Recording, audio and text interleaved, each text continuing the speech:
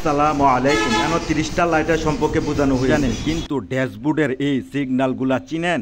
অনেকেই এখন গাড়ি চালাচ্ছেন, কেউ বিদেশে যাচ্ছেন, কিন্তু গাড়ির সমস্যা বুঝেন না। বাংলাদেশে হতে চান সেরা ড্রাইভার, তাহলে এই ভিডিওটা চোখ বন্ধ না করে দেখুন, কারণ এক একটা সিগন্যাল গাড়ি এক একটা রোগ। শেষ পর্যন্ত দেখলে গাড়ি নষ্ট হলেও আপনি বুঝতে পারবেন কি সমস্যা হয়েছে, মিস্তুর আর ফাঁকি দিতে পারবেন। ইঞ্জিল ওয়ারিং লাইট, এই লাইটটা জ্বলে উঠলে আপনার ইঞ্জিলের সমস্যা আছে, মিস্ত্রি দেখাতে হবে।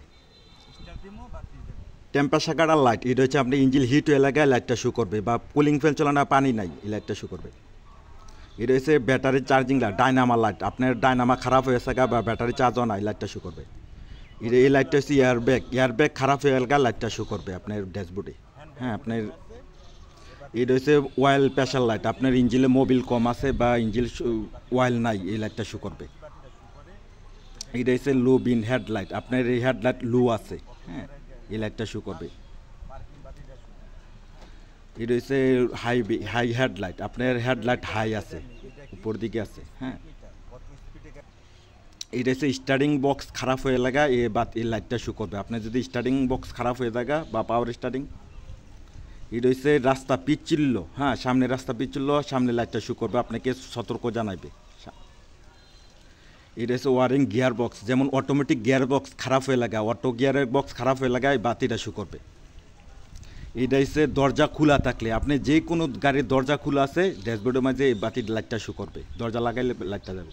এটা হচ্ছে উইপারের পানি কম আছে, পানি নাই, আপনি উইপারের সামনে একটা ট্যাঙ্কি আছে, উইপারের ট্যাঙ্কির পানি নাই, এই লাইটটা শু করলে আপনার ক্লাসের সমস্যা বা ক্লাস অয়েল কম আছে, এই বাতিটা শু করছে, হ্যাঁ। এই বাতিটা শু করলে আপনার ব্রেক পেটেলের সমস্যা, আপনি যেটা ব্রেক ধরেন এই পেট্রোলটার সমস্যা আছে, মিস্ত্রি দেখাতে হবে।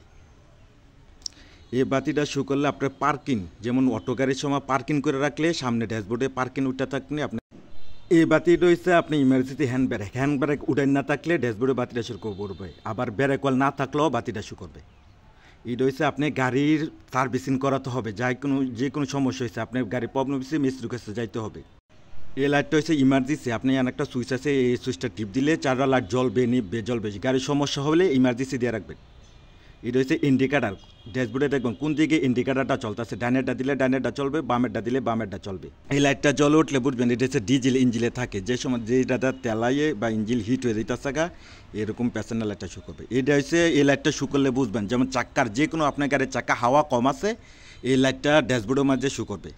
হ্যাঁ, এই লাইটটা শু করলে আপনি সিট বেল্ট না লাগালে বাতিটা ড্যাশবোর্ডের মধ্যে কুত করে বাতিটা শু করবে। সিট বেল্ট লাগাইছেন, এটা হচ্ছে এপিএস, যেমন আপনার সামনের ডাম খারাপ হয়ে থাকা, যে চাকাটা ব্রেকটা ধরে এই ডাম খারাপ হয়ে লাগায় এই লাইটটা শু করবে।